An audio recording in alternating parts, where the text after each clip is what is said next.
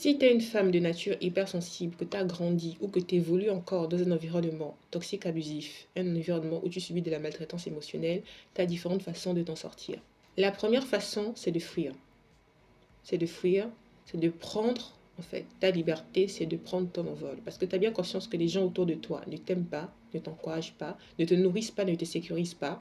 Et la seule façon de faire, c'est de fuir. C'est une option qui s'offre à toi. C'est une des options qu'a connue une femme, une dame que j'ai rencontrée à une conférence il y a maintenant 2 semaines. J'étais à une conférence sur Paris. Et justement, elle m'a partagé son histoire. Et la seule façon qu'elle a trouvé de se protéger, c'était de fuir. Et à l'âge de 19 ans, elle a quitté le foyer familial. Une autre façon, c'est de trouver un allié à l'intérieur du système qui est toxique. Le système dans lequel tu évolues est toxique, il n'est pas sécurisant, il ne t'encourage pas, il te brime, il t'étouffe, il veut même quelque part te tuer en griffe.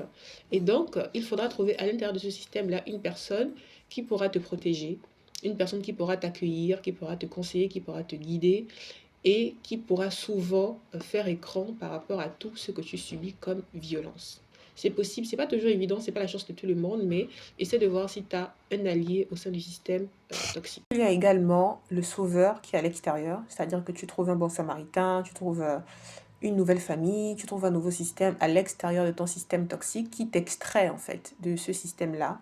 Ça peut arriver. Une autre chose que tu peux faire, c'est d'attendre. C'est d'attendre que les personnes qui sont à la source de ta violence, la source de ta maltraitance, la source de ton abus, soit vieillissent, parce qu'il paraît que les vieux démons deviennent des anges. Donc peut-être qu'en vieillissant, ils voudront comme ça se rabibocher avec toi et commencer à te traiter comme une humaine qui mérite respect, amour et dignité.